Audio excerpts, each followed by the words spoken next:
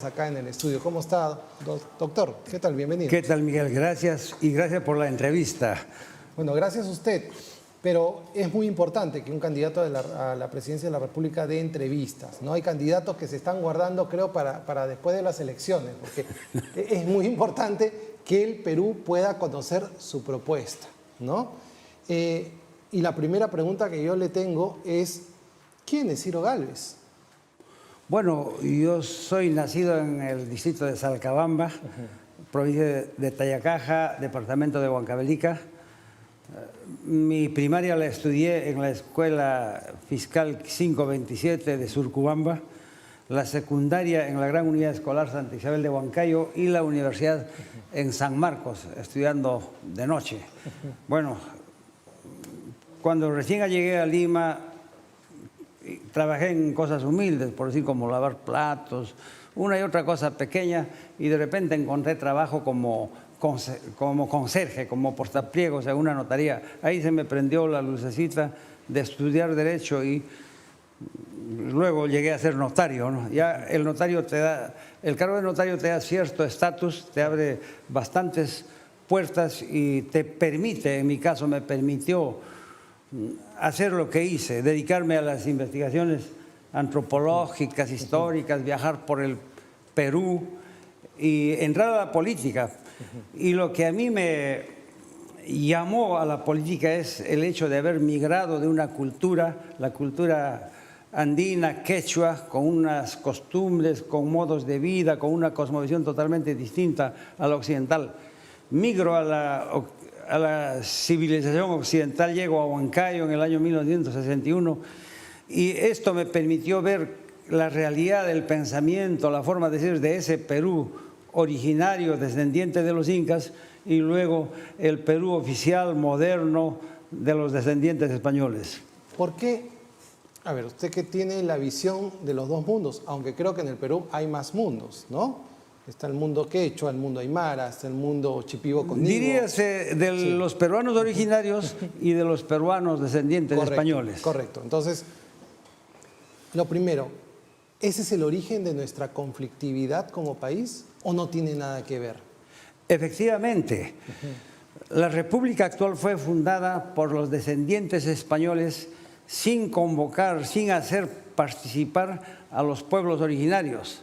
De la población total peruana en el año 1820 era aproximadamente 1 millón, el 90% eran peruanos originarios, quechuas, aymaras, ayánicas, etc. Y solo el 10% los descendientes españoles. Fundan la República para ellos, manteniendo a los pueblos originarios en la misma situación de subalternidad y exclusión que permanece hasta ahora. Entonces ese es el gran problema, que en los pueblos originarios no se sienten representados por el Estado. No existe sentimiento de pertenencia en los peruanos originarios. Y ese es el origen del conflicto. Como no son parte del Estado, no se sienten beneficiados, no confían en el Estado, y eso trae conflictos permanentes, que se nota claramente en los conflictos mineros. Por ejemplo, en Conga, el Estado contra las comunidades campesinas, otrora Ayllus del Tahuantinsuyo de Conga. En Bagua, igual, el Estado peruano contra las comunidades campesinas indígenas Aguajún. Y actualmente el Estado, representado por policías, soldados, cardenales, ministros, embajadores, que no solucionan nada, enfrentándose a un pueblo inerme de otra cultura, como es la comunidad campesina de Fuerabamba y las Bambas. ¿Usted garantiza, doctor Gálvez, de que un eventual gobierno suyo resolveríamos estos conflictos sociales? Esa es la primera pregunta. Respóndamelo, por favor, y le hago la segunda. Claro, es urgente resolverla, pero para resolver este problema hay que conocer, le repito, ambas realidades. ¿Cómo resolvemos un conflicto, por ejemplo, de la mina, del conflicto de Fuerabamba, ¿no? Aquí hay que entender dos problemas, el problema político y el problema económico. En lo político hay que hacer lo que no hicieron los fundadores de la República, hacer a la población sojuzgada, a los pueblos originarios, que sean parte del Estado. Una cosa concreta, que si en el Perú, por ejemplo, los peruanos quechuas de las comunidades campesinas somos aproximadamente el 30%, entonces entre quechuas, entre comuneros calificados activos, tenemos derecho a elegir el 30% de congresistas de la República. ¿Usted le daría viabilidad y estabilidad social para que un proyecto como Las Bambas se pueda desarrollar? Así es, y solo así habrá sentimiento de pertenencia en las comunidades campesinas. Correcto. Entonces, ahí estaríamos solucionando el problema de devolverle los derechos políticos, el derecho a gobernarse por sí mismos, que se les despojó desde que llegó Francisco Pizarro. Y en lo económico hay que reconocerles el derecho a los recursos naturales de sus territorios, el derecho al subsuelo donde están las mayores reservas mineras. Y como eso no se resuelve hasta ahora, obviamente existen estos enfrentamientos, pero reconociéndoles eso, las comunidades tendrían derecho preferencial para explotar los recursos mineros, obviamente pagando sus impuestos al Estado, negociar directamente con las empresas mineras y así superar la pobreza que existe en las comunidades, porque en los territorios comunales están las mayores reservas mineras.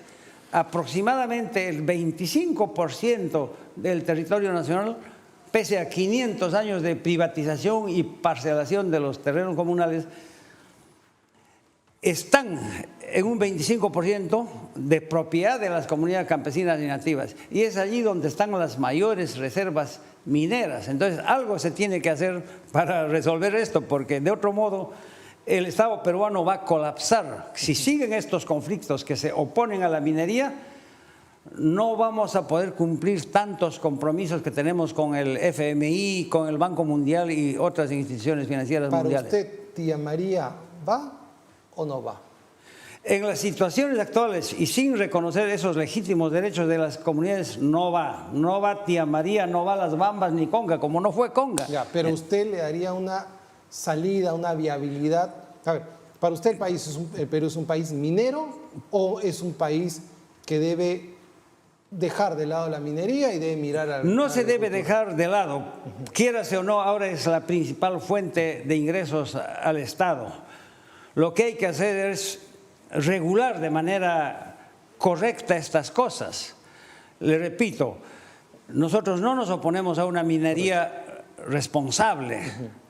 Nosotros no nos oponemos a una minería justa que le reconozca lo que le corresponde a las comunidades campesinas, que la empresa minera pague directamente el canon minero a las comunidades campesinas. Entonces, bienvenida la minería. Como es el sistema moderno, que es la participación de la comunidad en la empresa, ¿no? Así es. Con Y recibo de beneficios, esto ocurre en los países más poderosos del mundo, Estados Unidos, por ejemplo, si allá por suerte encuentras mineral en tu chacra, bueno, tú eres como dueño, tienes derecho preferente para explotarlo. Pero en el Perú es lo contrario. Pobrecito de que en tu chacra, en el subsuelo, encuentren oro, plata, petróleo, te van a desalojar y se lo entregan a una empresa minera. Entonces, eso es lo que tenemos que hacer, reconocer los legítimos derechos de las comunidades, porque es lamentable, es injusto, indignante, yo lo digo esto porque yo soy de una comunidad campesina y que nos traten como si fuéramos una carga para el Estado, que no sabemos nada, que no tenemos riquezas. La riqueza minera huancavelica, los indicadores de pobreza y nutrición que hay en la región donde usted nació, es una pena, ¿no? Tenerla así. Pero bueno, lamentablemente el centralismo ha hecho de que se olviden a los pueblos del Perú. Doctor Gálvez, el principal problema del Perú en este momento es económico, llevado por un tema sanitario. El día de hoy se ha anunciado la llegada de las vacunas últimos, ¿no? Es como vamos al Mundial, ¿no? Jugamos las eliminatorias y estamos contentos porque llegamos últimos. Yo estoy contento porque llegan las vacunas y hay que mirar adelante, pero no podemos dejar de decir de que llegamos últimos. Llegamos después de Ecuador, llegamos después de Argentina, llegamos después de Chile, llegamos después de Colombia, llegamos últimos. Y ahora el gran reto es la distribución. ¿Qué piensa usted al respecto del manejo de la crisis sanitaria que ha tenido el gobierno pasado y este gobierno actualmente? Ojalá que no ocurra, bueno, ya tenemos la vacuna, pero ojalá que no ocurra como las tablets y la educación a distancia, que nunca llegó a las comunidades, nunca llegó a mi pueblo, ¿no? Es una lástima. Y que no ocurra también con el programa Reactiva Perú, que llegó solamente a las grandes empresas y no a las micro y pequeñas empresas, a la gente que necesita reactivar sus empresas en los rincones más lejanos del Perú. Nos alegramos que haya llegado la vacuna realmente y me duele porque muchos familiares nuestros han muerto, sí. Pero ese primer lote de 1 millón de vacunas llegará a mi pueblo, no sé, es una cosa lastimosa que realmente nos conmueve.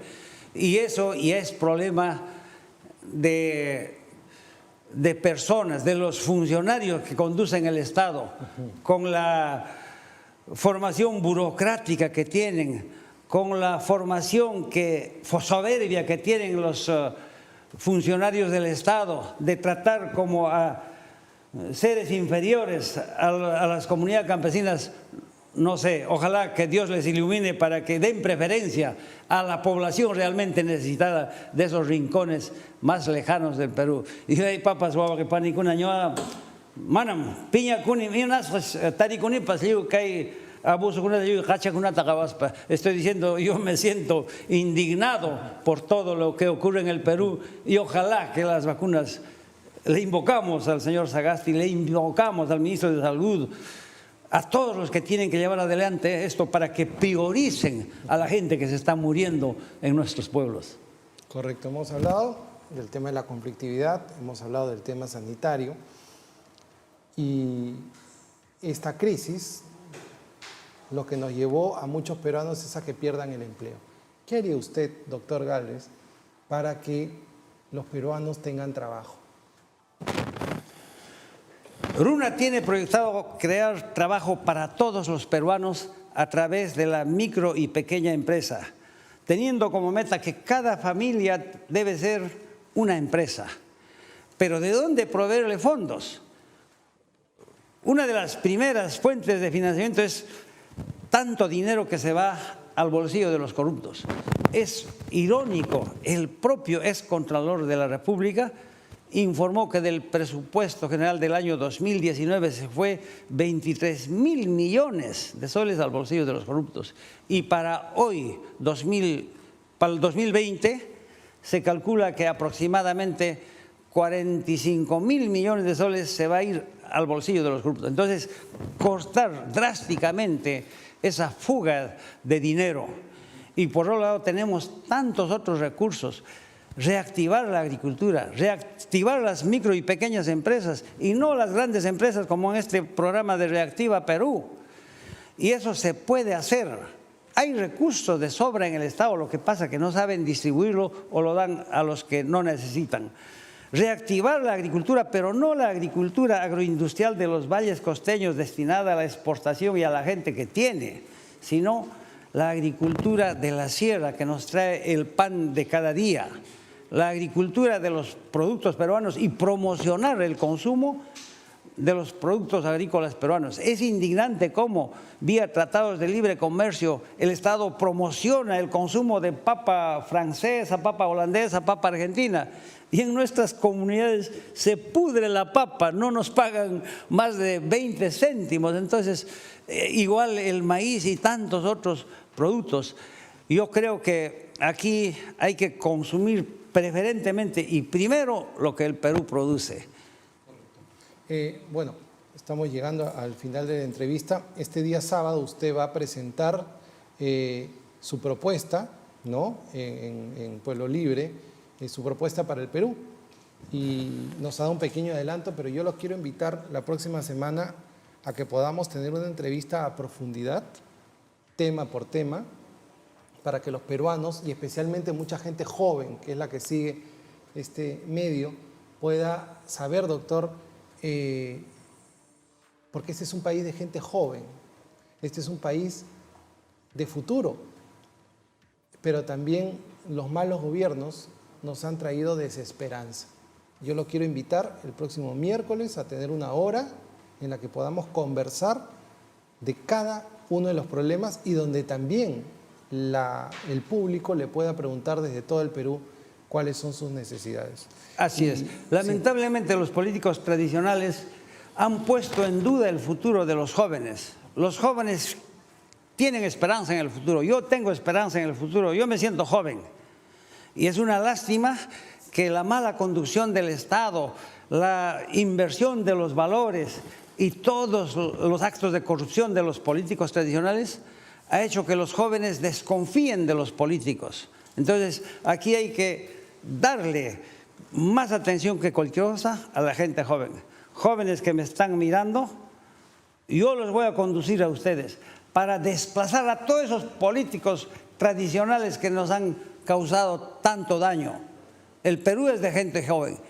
El joven piensa en el futuro y es por eso que protestó en las marchas contra la corrupción. Y por añadidura, los jóvenes, la mayor parte de jóvenes de Lima son hijos de provincianos, son hijos de comuneros, de campesinos.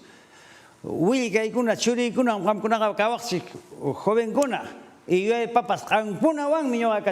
no se avergüencen de nuestra cultura madre, de nuestro idioma, que lamentablemente esos políticos que vienen con ideologías extranjeras nos han hecho avergonzar, nos han traumado.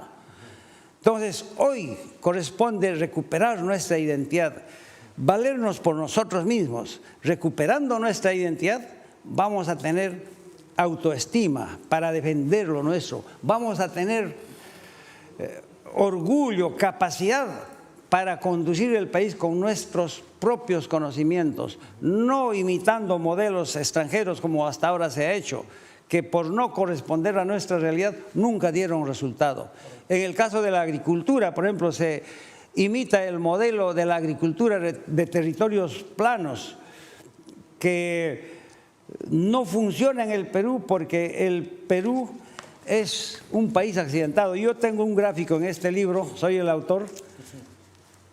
La agricultura peruana es de este tipo, de la diversidad de pisos altitudinales.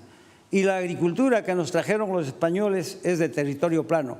Y esto es lo que promociona el Estado, porque el Estado tiene esa visión del conquistador español que vino a colonizarnos. Entonces, esta es la agroindustria, esta es la agricultura de la costa destinada a la exportación. Tenemos que impulsar este tipo de agricultura. Los andenes. Bueno, y con mucho aprecio, Miguel, gracias. Te obsequio este libro. Muchas gracias. Es la teoría del renacimiento andino. Yo soy el autor y aquí se explica la realidad nacional con un análisis objetivo. Ha sido realizado bajo el método de observación participante durante 30 años aproximadamente. Bueno, hermanos, les agradezco. Y kunanmi yoy pakaj peruano kuna poder manchas chispan liu y matapas tikrason yapan peruano kuna pa allin canampa. Les he dicho que es la primera vez que los peruanos originarios, quechuas en este caso, están conduciendo un proyecto histórico político que va a revertir la historia, que va a recuperar la continuidad histórica que nos truncaron a partir de 1532. Bueno, yo me emociono cuando hablo de estas cosas, Miguel, pero es que el Perú es emocionante y genera mucha pasión. Y creo que eso es lo que le ha faltado a muchos gobernantes. Mucha pasión para ayudar a sus amigos, y sentimiento, cariño al pueblo, porque la clase política hoy está de espaldas a la realidad. Así es. Muchos políticos, por ejemplo, hace tiempo vimos un caso chistoso que el ministro de Agricultura, cuando fue a Huancayo, le pusieron una plantita de papa en macetero. Y le digo, qué bonita planta, ¿qué planta es?